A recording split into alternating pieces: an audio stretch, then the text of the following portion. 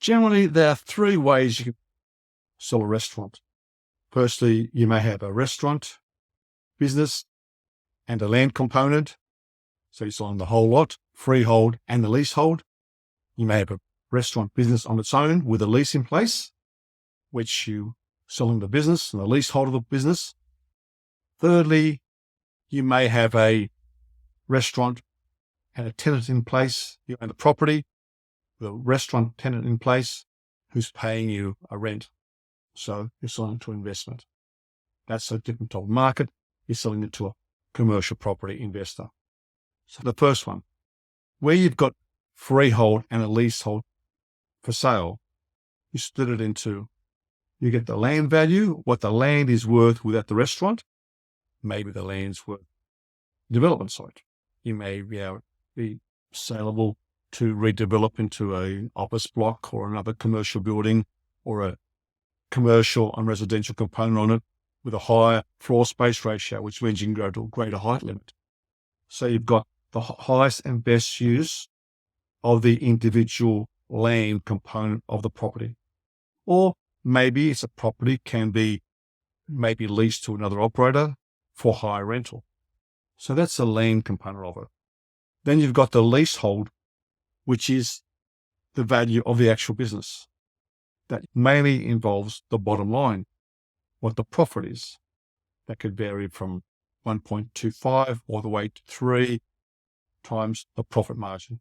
For example, if it's selling for a ratio of 2 to 1, if it's making $200,000 a year net profit, it's worth around $400,000. So it depends on that. There are other factors involved as well too.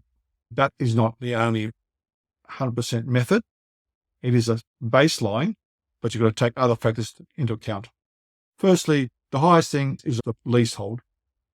When it's a leasehold situation, is the rent a fair rent for the area?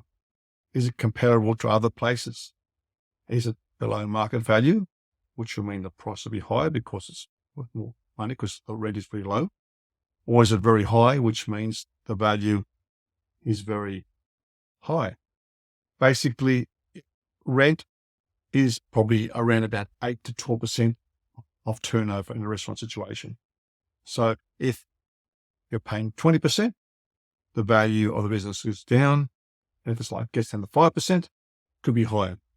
At the same time, the length of lease.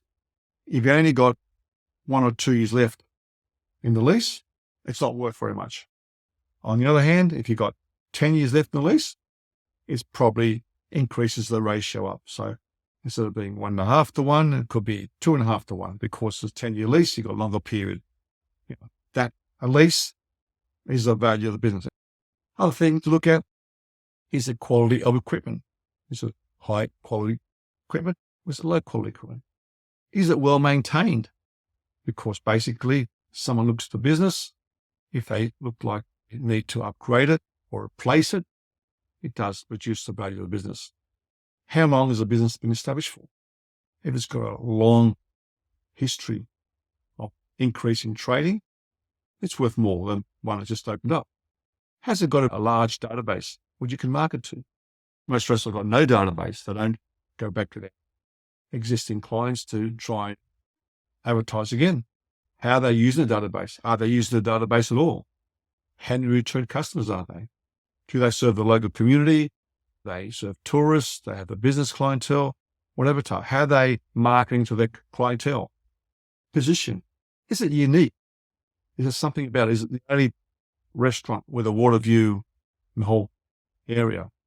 So are you buying something unique? It basically boils down to the rental.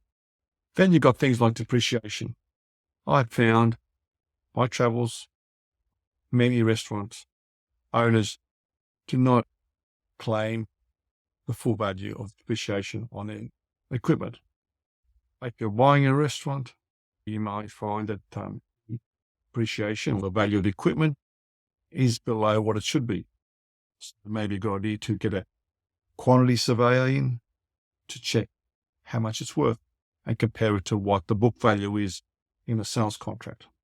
The basic thing is, with restaurants, the value isn't how much money it makes. There are all these variables. There are rules of thumb, But you've got to take these variables into account. And the old rule that I stick by is that how easy is it to replace?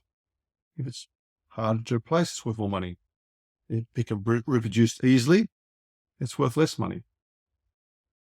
So consider all these factors when you're assessing the estimated value of a restaurant, whether you're buying or you're selling.